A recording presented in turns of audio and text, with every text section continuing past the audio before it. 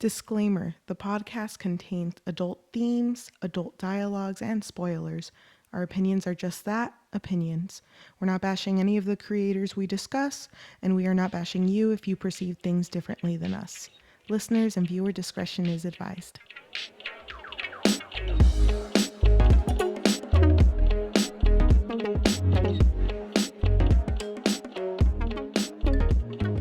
Welcome to Story and Things, a storytelling podcast. I'm your host, Cheli. And I'm your host, Yajaira. And today's the day. The day that we're finally going to be talking about a very popular duology. Six of Crows by Leigh Bardugo. Six of Crows, yes. You might have heard of this through the Netflix series Shadow and Bone, because Shadow and Bone and Six and Crows, actually both made by Leigh Bardugo, are in the same verse, in the Grisha-verse. In the Grisha-verse.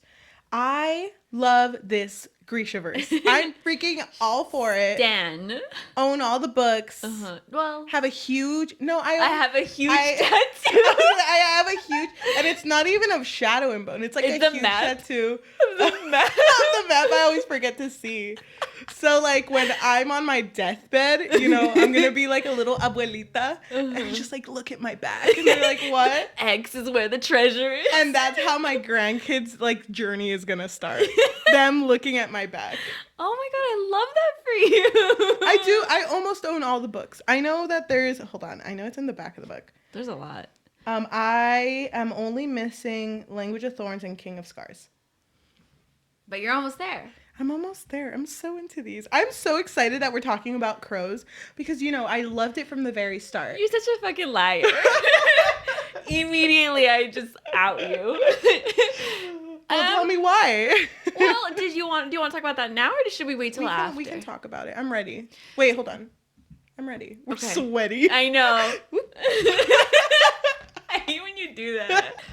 Basically, it took us both a couple of reads to really grasp. to really grasp what was happening. It was so funny because you sent me an audio message and you were like, I'm literally taking notes. I don't understand what's happening right now. Yeah, because I remember the first time I finished the book, I was listening to the audiobook. And I know not everyone agrees with audiobooks, but I do like a 2-hour commute. I like come for like start calling. And you know what? It comes in handy, okay? It does, but when your one brain cell just is not feeling it after 8 hours, maybe 9 at work. I literally heard that whole book and was like, what the fuck did I just read? You're like, I need to go back and slower. What the fuck is a Druskel? Like, I'm so confused. You saw I literally highlighted parem on my ebook. I was like, what is happening? Reading your notes in your freaking ebook gives me life. I can't wait to talk about that. Okay, let's talk about it. Okay, we kind of want to change the layout. The setup of how we talk about these stories. This is, you know, our 6th, 7th, 8th, 9th, 10th, 11th, 12th, I don't know. 13, 14. This is one of our episodes. I know we've been doing this for, I mean, a very long time. A hot minute. Yeah, a very hot minute. Well, now we want to try something new. Yeah. If you hate it, if you love it, I don't know, we'll find out. Yeah, we just want to try it. But because I believe that the books that we talk about sometimes, and the stories or the movies, anything, is better experienced if you experience it.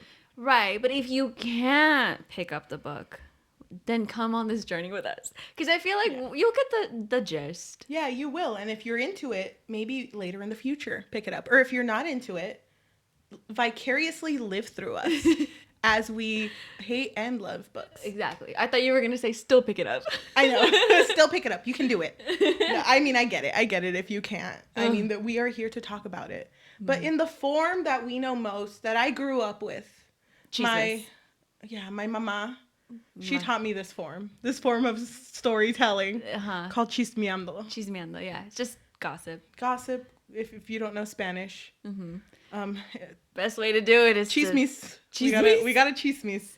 Best way to do it is just to be in it. Yeah, so you know what? Both of us actually traveled. I would say transported. Okay. To the Grisha-verse. It was really weird. You sent me GPS like directions to get here.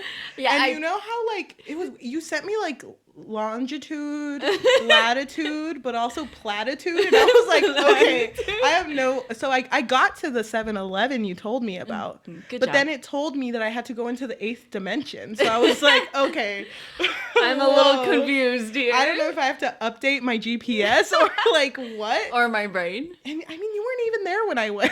Well, because I was trying to like drop my pin location. It wasn't working. I mean, when you're in the 8th dimension, you can't really pin anything. I tried. It's all philosophical. What even is a pin? Is the pin ever alive? What is the pin exactly? Wow, It's that's me. really. That's beautiful. Anyway, so now we're here. We are in Ketterdam. Yes. Where our story takes place. Yes. If you have seen Shadow and Bone, I was gonna say Shadow and Fold. Oh my god! If Oh my you have gosh, seen love it. Shadow and Bone, this takes place afterwards. So it's basically the aftermath of After the Getty shadow fold, is gone. shadow broken. Yeah. She's gone, shattered Shadow folded. Yeah. into nothing. Exactly. So, what is going on at this time? Basically, Ketterdam, which is not a very taken care of city, it's a lot of crime. Has Kind of like Gotham. it is like Gotham, Gotham isn't it? City. Whoa. Well, you know they do have a Batman. Not really. Would you call him Batman? Let's go through this a little quick. Okay. So we follow the story of Kaz, who is one day basically taken and abducted because he is kind of like a boss. He's not the boss, but he's a boss. A boss of the Dregs, which is a kind of a criminal unit that is also under this dude named Pekka Rollins. But because Kaz is so influential in the streets, they basically ask him that he needs to pick up something that is very dangerous and valuable to the higher ups, which is Jurda. And this is a drug that Grisha, which are like the witches and wizards of this place, can use in order to intensify their little science. Their powers, which it's not like powers. They can just. They can manipulate what's around them. There you go. But with Jurda, all of a sudden, it doesn't follow logic anymore. It's not scientific anymore. So it's a very scary drug. And also, they can become very, very addictive to it. So it could actually potentially kill them. Kill them or create soldiers who would be willing to do anything to get another hand of Jurda. Yeah. So Kaz is told that, hey, you know what? We need to get the scientist who made Jurda. He is locked away in some prison. You need to go get him. If you go get him, then I will give you like 5 billion Kruga, something like that. And I mean, that's a lot of money. He can pay off that student debt, you know? Yes, exactly. And this money is coming from Van Eck, which is the guy who wants the scientist. So Kaz makes a little bit of a little group. Little group. And I don't really want to go into too much detail. So I would just say that there's 6 of them because 6 of crows. We have Kaz, Inej, Jesper, who are all dregs. We have Nina, who is a Grisha that is now stuck in Ketterdam due to social situations. She's a heartrender also. Yes. We have Matthias, who is currently in prison, but this boy gonna break out. Spoiler alert. And we have Wylan, who is Vanek's son. So these 6 individuals are going to take on this heist to journey. Find the guy who's like created Jurda, the scientist who behind it, and try to find him alive. But you know, but things change. Things change. Goals change. Nina and Matthias, who aren't on the greatest of terms, both agree that they want the scientist dead. Inej, who has always had Kaz's back, wants to all of a sudden be a pirate and stop slavers, which is something of a social issue in this story. And you know, Jesper is just a gambler who he has a lot of debt to pay, so that's why he's doing this. And Wylan is just here for the funsies. Exactly. But I think I don't even know. When they end up reaching their destination, the scientist ends up being dead, but his son is alive. Kuei. And he knows how to make Jurda. So, I mean, they were like, good enough. Bring the boy. Let's do this. Yeah. And they end up taking the boy to Van Eck at the end of the book.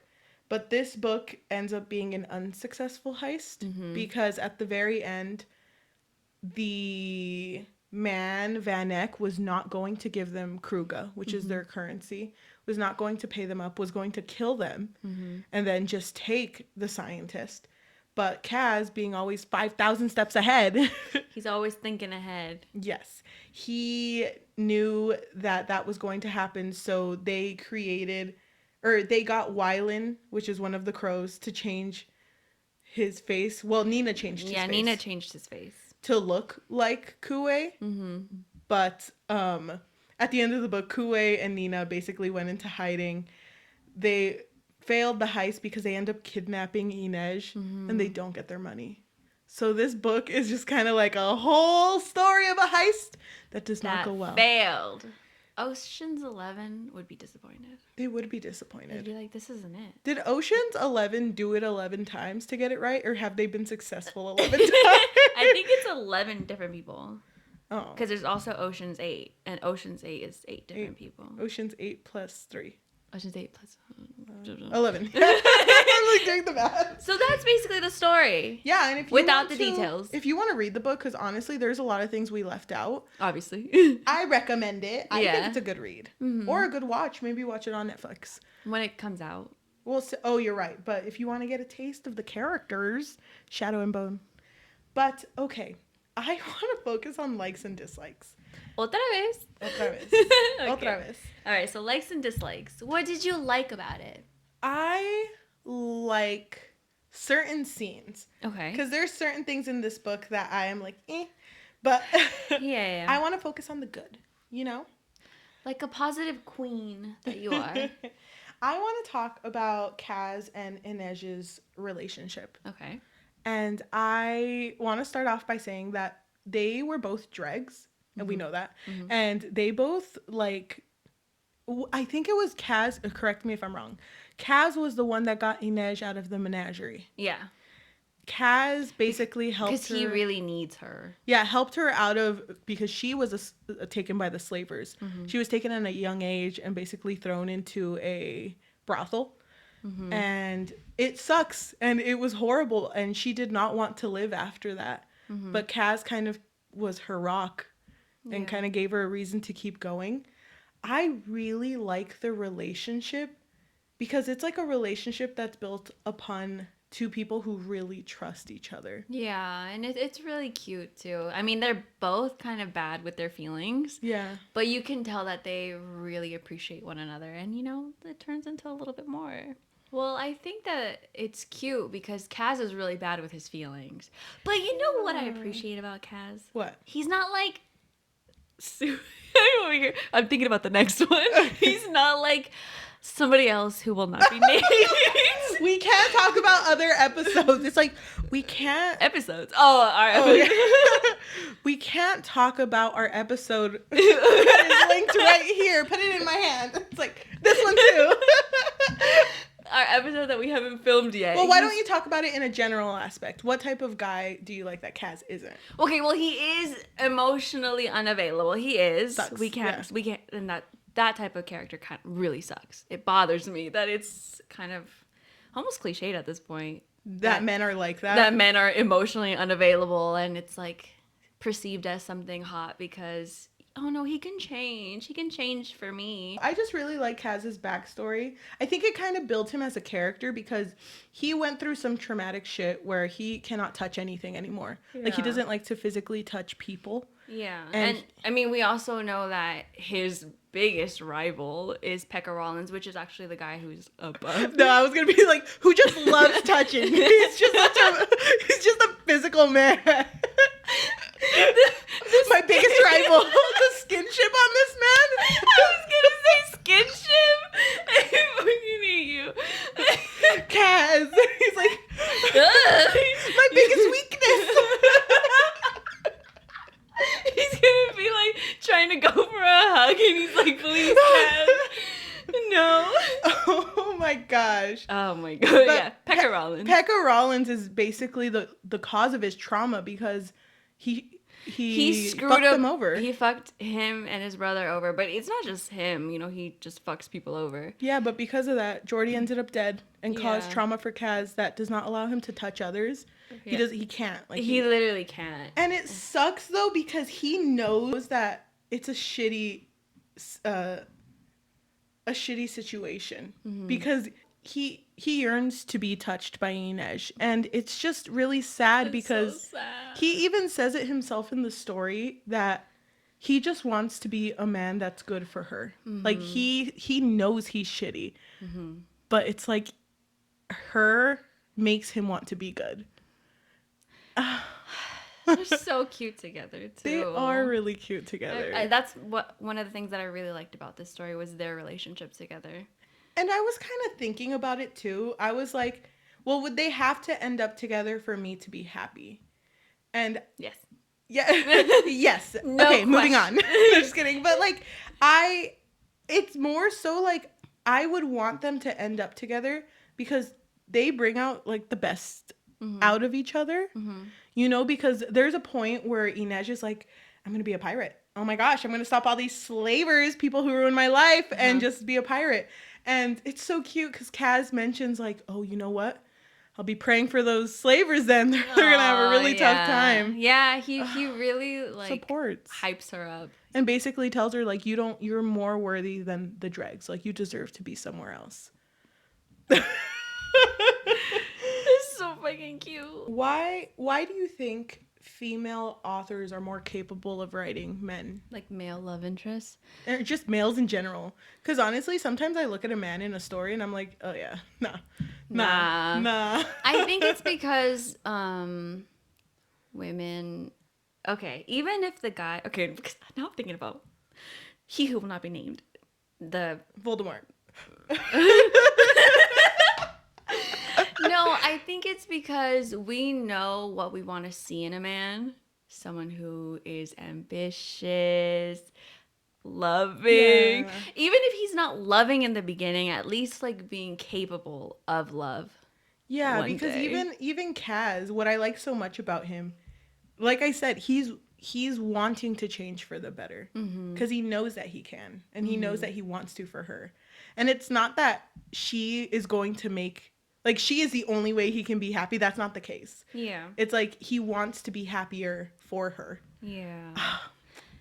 Fuck me up. Exactly, and it's just so cute. It is really cute. I mean, to be honest, I don't think I've read a male author who's written like a love character.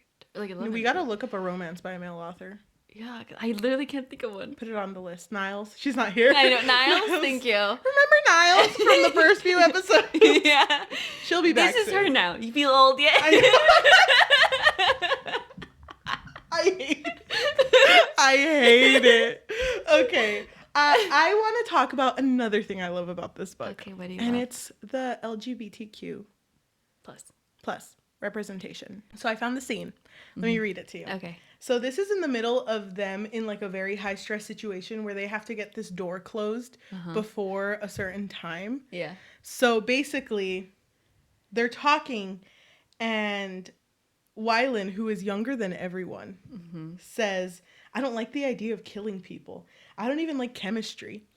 And Jesper's like, what do you like? Music, numbers, equations. They're not like words. They don't get mixed up. And then Jesper says, if only you could talk to girls in equations. There was a long silence, and then, eyes trained on the notch they'd created in the link, Wylan said, just girls? Jesper restrained a grin. No, not just girls. It was a real shame that they were all probably going to die tonight. I think that's so, like it makes me feel happy. To see that or to read that. Yeah. Because the way it's written is not, like... Scandal. Scandalous. It's not going to end in the trope where... What was it again? Kill your gays? Yeah, kill your Well, gays. we don't know. We haven't read the next one. You're right. But it seems so naturally done. Mm-hmm. That's so sweet. And it's like a cute, like, crush, too. It's like... Because sometimes gay relationships are also overly sexualized. Yeah, it's fetishized. Yeah, exactly. So it's really sweet to see it be sweet. Exactly. I agree with you. there's even a moment afterwards where Wylan has to go in disguise, like we said. Mm-hmm. And the entire time he's in disguise, to make sure Jesper doesn't say anything, they don't tell Jesper because he's kind of like a chismoso. He has a big ass mouth. Yeah. Yeah. So they don't tell him, and Jesper gets worried that Wylan's like lost or something. He doesn't know where he is. Mm-hmm. And it turns out while Wylan was in disguise, he sat with Jesper the whole time, just disguised as someone else. And even Jesper's like, "You sat with me?" He's like, "Yeah, every single day." And it's like, oh, so cute. Hell yeah. Hell yeah. Yeah, I really like their relationship too. It's a lot of admiration too.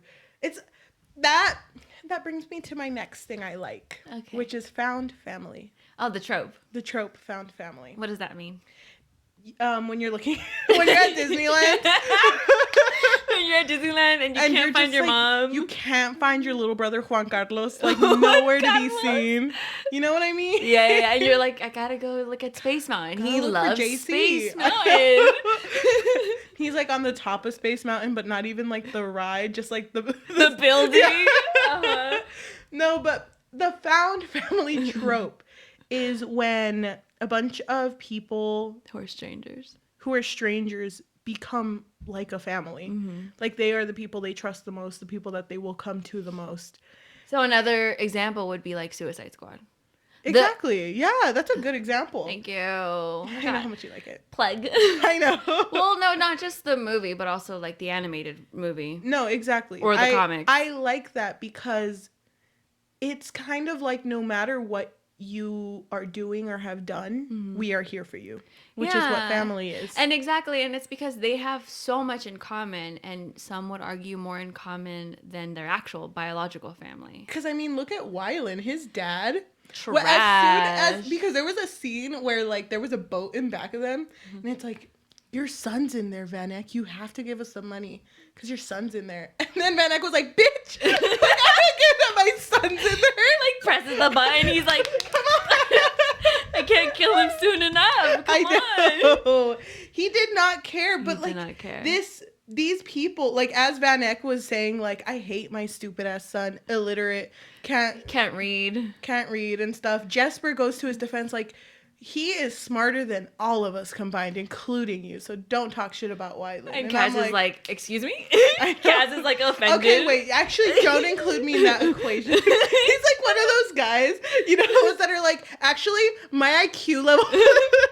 I did the test, okay? I did the test. My IQ level is so good. It's so good. I don't even want to talk about it. Yeah, I know. It was such a big number that it's actually not writable. It's not feasible to even say the number. Right. But what are we talking about? I don't know. We're not even drunk. I know. But I really like the found family trope too. I think it's really nice, especially when it's executed well. Oh my god, wait, can I tell you? This is really like back when I was younger. Back in my good old days. Yeah, back when things were black and white. I hate that joke so much. I hate that joke too. I make that joke sometimes at my work. And then it's funny because I'm like, back when things were black and white, am I right? And everyone looks at me like, shut up. No, it wasn't. That's not how color works. It's like they have tomatoes. They start throwing them at you. No, but they're not tomatoes. They're peaches. And it's like black and white. And it's like... So I was right. Yeah, it's just my IQ. But back in your good old days. Oh, back in my good old days, I used to be really into The Walking Dead, and I feel like I kind of still am. Okay. In a bit, but that's last season came out. Really? Mm-hmm. We gotta stop the episode. The last stop the episode. Go find it. That's another good example of found families. I can't stress enough. Because it's not only in this book. I feel like Leigh Bardugo, in my opinion, opinions are different for everyone. But I disagree. Mine's right, so I don't know. But in my opinion, I feel like Leigh Bardugo really does do it justice when it comes to finding others you can trust. Because just like it was in The Walking Dead, where it was to the point where it's like, damn, I would die for these people. Mm-hmm. That's kind of, at one point, my other leg, it works. I segued. Oh my gosh. Segue. Me on a hoverboard. I'm segueing it through.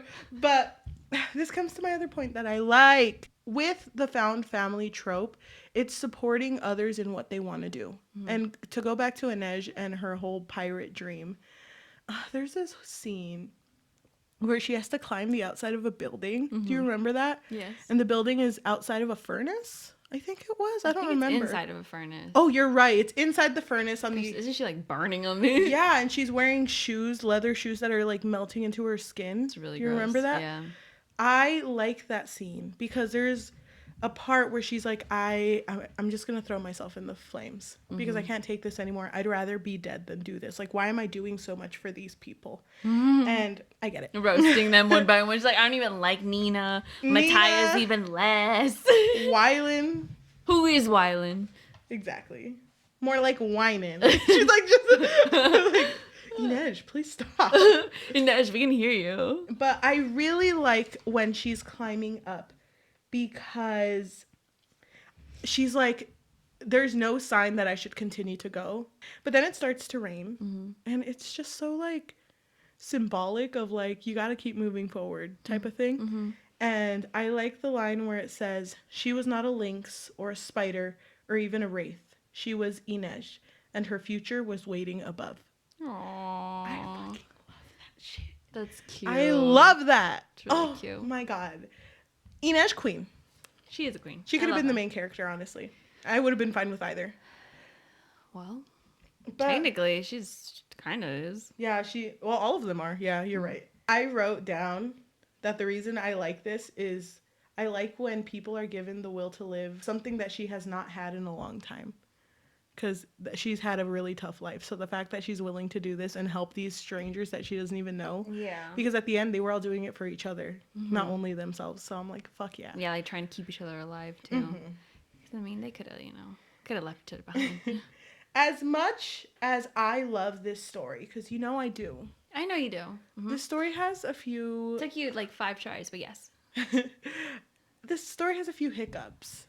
Hiccups. Okay. Yeah, little hiccups. Okay. Like a little... Just minor details. Yeah, I wouldn't say I dislike it. But you did write dislike. No, wow. Wait, what are you looking at? Why did I write Twilight here? Weird. Okay. But let me tell you something about this book. It's hard for me to find a good action book. I love reading action because I read a lot of graphic novels and I read a lot of things that like are visual based. I feel like it's hard to depict action in words. Do you agree? I agree. Yeah. Why it is that? really hard. Well, because also I feel like a lot of readers skim a lot.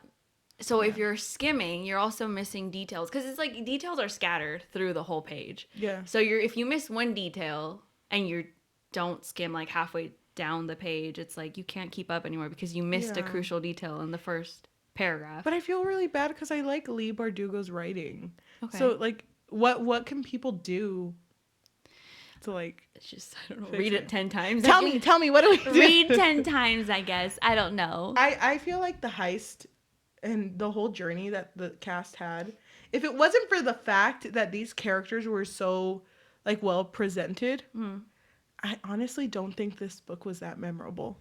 Yeah, because I can't tell you about the action scenes. And you guys are welcome to read it and discuss it with us too. Because something about, I don't know how to word it, but something about the action scenes felt so misplaced. Like it would be, oh, we're traveling, Inej got stabbed on a big box. She's climbed another box. Wait, where are the boxes? I don't know where I am right now. Yeah, so it was like, I don't know. Something about it just felt very like, I feel like this was one of her tries of a heist story. And it was okay. It just, I feel like the reason people really liked Crows in the Netflix series is because they could see it. Yeah. Because that's kind of hard to explain. Yeah, that's basically what I told Cheli was that, I mean, obviously we both knew that this book is very popular. Yeah. We already knew that. And when we read Shadow and Bone, we really liked it. And I really loved the Netflix show. But surprisingly, I preferred the Crow's side story. I thought they were more interested. The characters were more interesting to me than Alina and Nelly. I feel like I really liked it only because I watched it. Because I feel like if I only would have read it, I would have been so lost with the plot and what was happening that I probably wouldn't have liked it as much. Okay. But I already knew like the characters except Wylan. Yeah. So I feel like that's why I do still like it. But like you said, it was really hard for me to follow the action and also the world. Because like I can see it because of the series, but like I don't really see it that well when I read it. Don't either. I don't know. Like maybe it's just me. Maybe other people can visualize it better, but I just don't see where I'm at during certain scenes. Okay. I get you completely. I didn't know how to put that in words because I did not want to drag this book because It's not a drag. We're just, Yeah. you know, every book has its critiques. Yeah. But like Not every book is going to be perfect. You're right. It just makes me feel bad because I feel like Lee's gonna watch this. You know, Lee B. LB. I know LB's gonna watch this. Shut up. Pound. Oh, God. She's gonna watch this. She's gonna be like, It's not like we're besties. she's like writing her next heist, and she's like, okay. No, Whatever. that should give someone inspiration to write an even better one. Yeah. Take what is it called? No, Constructive yeah, criticism with a grain of salt. Exactly. But also just like reflect on it. You know. Yeah, and I mean, there's people who loved it. So. But talking about reflection, there was one character. His name is Matthias. Please, And God. I mean, I don't want to like point any fingers, but someone in this room, Someone on this table. someone in this room, which this room is only occupied by 2 people. I'm not going to say who. Someone in this room does not really like Matthias. Does not dislike, but does not like Matthias. I would say it's like almost like a strong dislike. It's like, I wouldn't say dislike. I would say Despise. animosity, but like. I kind of despise this character. I don't know what to tell you. What was the thing you were telling me today? What? Oh, it was from Twilight. What? When she was like, my mom would rather kill puppies. Oh, yeah. Yeah, that's in the next episode. Okay. Which is here. It's kind of weird because we're audio based too. I'm holding my hands up. Okay. Wait, add a sound effect. It's like, which is here. That's it coming in. You do your own sound effect. Well, I'm not going to edit it. What do you think I am? An editor? No, thank you. No. Listen, okay. Regarding Matthias, you know, I love enemies to lovers. I wouldn't say it's my favorite trope. But it's good. It's good. It's good because it adds like spice, you know? But there's something about a man who just keeps choking you. You know, not for pleasure. You know? Look at the cat who just keeps not saying anything, but I'm not saying anything. Listen, I'm not trying to drag anybody's kinks or anything. You do you, but he's like trying to kill her. It's kind of funny too because their relationship is very weird. It's so fucking weird. they are supposed to hate each other because he's a Druskel and she's a Grisha. So basically how they met was he captured her. Yeah. He captures Grisha. Yeah. And basically he thinks that they're just going to be put to trial. But he knows that they never survived the trial. Mm-mm. So he knows. Don't act dumb. He knows. And so he captures Nina and they're in a boat and the boat capsizes or whatever. The boat destroyed. And the part of him was like, I want to save Nina. Oh no, because he was dying. Excuse me? Okay, never mind. No. I just totally hated him. It was like, and it was weird because he was just such a hero. I'm sorry, I completely You're like forgot. changing the story. You're like, you know, Matthias wasn't even that bad. It was weird because the way she wrote it, and I get like a pencil, the way she wrote You can get white out. You're like, wait a moment. I'm sorry, I forgot. Nina saves him, right? They help each other because she wanted to survive, and he was strong enough to help them survive. Yes, Basically, right? basically. So the boat gets torn to shreds because they're riding in a storm. Yeah. Or yeah, they're in a storm, and Nina is on this like door. I'm sorry, I just thought of something. Wouldn't it be funny? They're all just like trying to get to safety, and you just see like little like 11-year-old Kaz in the background. Like, like with his So mean. Oh my God. 2 different stories. Like, Oh my God, in one. Aww. Okay, I'm sorry. Go ahead. Cute. Kind of cute. But kind of sad. So, like Titanic, when they were on the door. Yeah. Well, one of them. One of them was on the door. The other one Rose. couldn't fit. So. I mean, we saw the size of that door. That was a twin-size door. It was a twin-size door. Okay, anyway. So Nina was on like this door thing, and Matthias was, drowning, I guess. And so she helps him because she's a heart render. So she's like, helping his heart out, whatever, warming him up. And she compromises with him like, hey, you know what? I'll keep you warm. Yeah. You swim us to safety, I guess. Please. Exactly, because he's super strong. And that's basically how their story started. And it was very it ends very, because it's sort of romantic in the way that like, while they were trying to survive together, even if it was a shitty situation, there was no longer any social classes now keeping them apart. So they ended up getting along really well to the point where it was a little bit romantic. It was romantic. No, while they were capsized and they were surviving. Well, he was still very cold to her. He was. To her, but there was a little like inkling of hope. Yeah. But, when she told on him because she was like, oh, I'm just a bad Grisha. Like, what am I going to do to you, right? I'm just a baddie. Just a baddie. Yeah.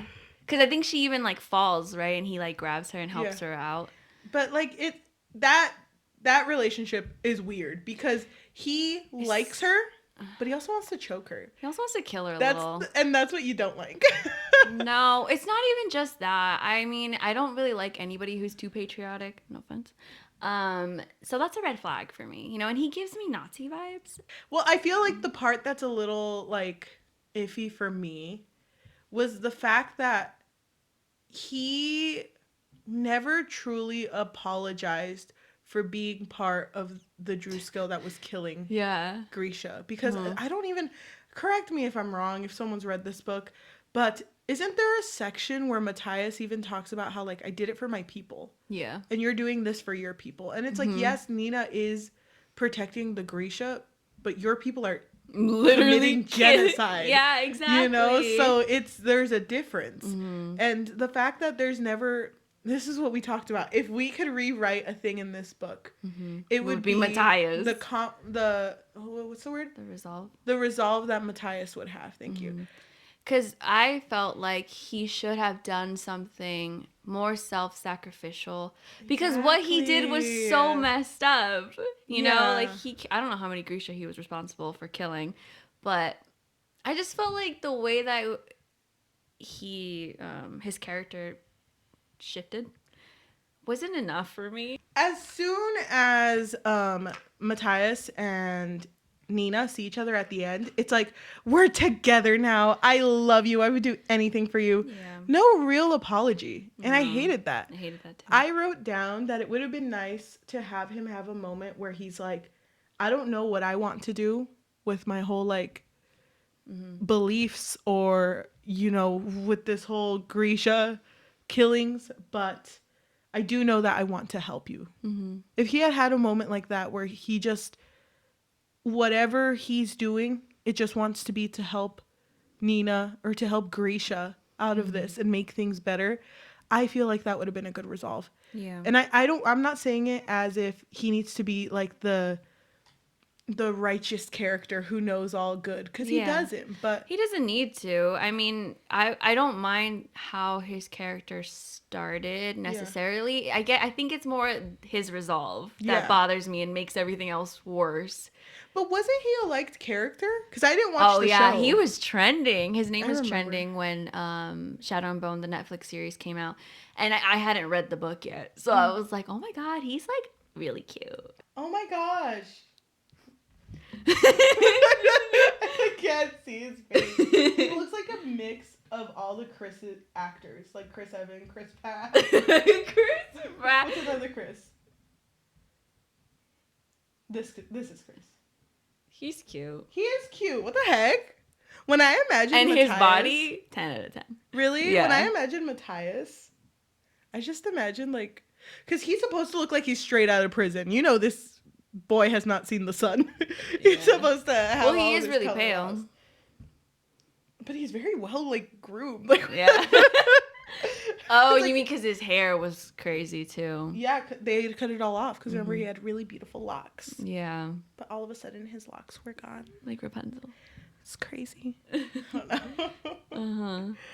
Oh my gosh. Yeah, Matthias, that was an issue for me too. Something else that I think I would have preferred. I think I would have loved this story more had they aged up the characters. And I know Oh, yeah. I know it can't be a YA if they're not minors. Is that real? I think so, yeah.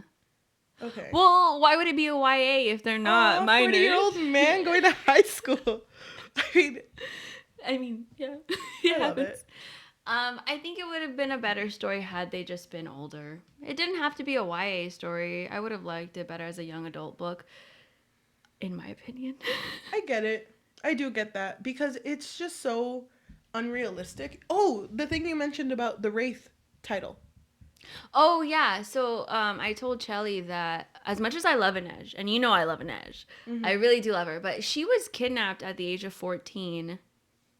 And then I think she's 16 now. So she's had 2 years to become the Wraith. Yeah. And I just felt like that's not enough time to make a name for yourself. You know, Yeah. because she's known as the Wraith because she is really stealthy and she can almost make herself invisible. And I just feel like it's not really realistic. And even like, Yeah. I don't know. I mean, I really liked Kaz's character too. But for older leaders, you really think they're going to be scared of a 17-year-old? And they always say that in the book too, because even in the beginning, remember, they were like, why would I be scared of someone like this? And then it's like, but then I looked him in the eye. But you know, as someone who Has seen 17-year-olds. I've seen a few kids in my days, and They're not scary. they look at me and I'm like, I'll destroy you. You don't even know. It's like, I will roast you so bad. Yeah, exactly. So you're right. It's a little unrealistic. But to rate it, I don't want to go too much in detail because we already did, but based on our likes and dislikes, I don't think this is a bad book. Mm-hmm. It was just so hard to get through. Yeah. I needed to like focus. Yeah. Oh God, all of my attention had to go to this book. But it is really good. I just love the way that this book develops their characters and gives everyone a reason to be likable. You know? So I think I would give this book a 3 out of 5. Really? Yeah. It's not one of my favorites from the Great Traverse, but it is really good. Okay. Interesting. I thought you would have given it higher. I was gonna. Because you were so like, this book? I'd die for this book. You're not supposed to talk about that. Oh, sorry. That's private. I'm sorry. But what about you? What would you give it? So, like you said, based on our likes and dislikes, I did also really enjoy the book. And I feel like I said earlier, I think that I was able to enjoy it more because of the Netflix series, because I was able to visualize things a little bit better, because it did take me a couple of reads too to really understand what was happening. And to be honest, I don't think I really understood the full story, even on my like third try. But overall, what I really loved, and I think you can disagree. Okay. I think my favorite thing about Leigh Bardugo is her dialogue. I don't really love her world building. Not that it's bad, but just a little bit more details would be fine. But I would also give it a 3 out of 5 because I do really enjoy it, and I really love these characters, and I really want to know what happens next. I do too. But I'm scared. It's okay because we have each other, you know? Please don't touch me. You know how I feel about touching. Can people hear us when we hold hands? Like, No. I know it's a... Wait, hold on. Well, I heard that. It was just like a... Love that. Love that. Yeah. But okay, we've come to the end of our episode. I had fun talking about this. So did I. I really like this new structure. I hope you guys do too. Let us know. I think it's better because I don't really think we need to talk about every single detail in a book or a movie or anime. I was ready to die at a specific episode that we did. Is it banana fish? No, not banana fish, actually. Good night. Yeah. That's gonna be our... It's funny because I don't even... Do podcasts have to self-reflect. We like reevaluate what we've done. Like we're still mid-episode, and we'll be like, okay, we're at the end of our episodes. That was a crappy one. that wasn't a good one. Should we start over? I don't know. At minute 13, I really lost it. I wasn't feeling the vibe anymore. It wasn't me. I don't know who she was. Oh my gosh. Thank you for joining us. It means so much. Can I just say, wait, I don't want anyone to think that I didn't enjoy the banana fish episode. I just thought you were going to say that because we were so detailed in that one. The first time around. So that's why I thought you wanted to change the structure. Can we apologize? Our first apology. I want to say an apology. It's funny because if you don't watch all of our episodes, it doesn't matter. But if you want to listen to the last 5 minutes of our banana fish episode, both of us were drunk. We were dead tired, and not to like get into too like personal things, but my house is in the middle of nowhere, and we were drunk and paranoid. So when we talked about death, both of us looked at each other and we were like, "What?" We were just like, should we stop? After we filmed, like behind the camera, we have a couch. After we filmed, we both sat on the couch and we were like, should we go to sleep? What should we do? I'm really scared right now. Yeah, you should watch it. Here it is. I know, it's right. Wait, hold on. Whoa! It's out of my pocket. Wait, I didn't have any. I don't have any sound effects. It's okay. When Niles comes back from, Niles is not. When Niles will be back. Okay. Maybe just as support. Emotional support. Yeah. Niles has been through. We're not even drunk. We're not even drunk. Okay. Can I say my Is this another fight? Oh, no. Okay. Not yet. Okay. Thank you for listening to our episode. It really does mean a lot. If you're watching us on YouTube, it really helps when you comment or subscribe or hit that notification bell. I'm learning little and little what that means. I'm not quite there yet, but don't hit it. No, hit it. You have to hit it. I think when they ring it, we grow stronger. Like it adds a year to our lives. Oh so my God, please ring it. Please ring it. I want to live forever. 180. We are on Spotify, Apple Music, Amazon Music. Please leave a review because it helps. It helps. It really does. With the analytics, I don't really understand that yet, but you know what? We have Niles doing research for us at this moment. At this moment, yeah.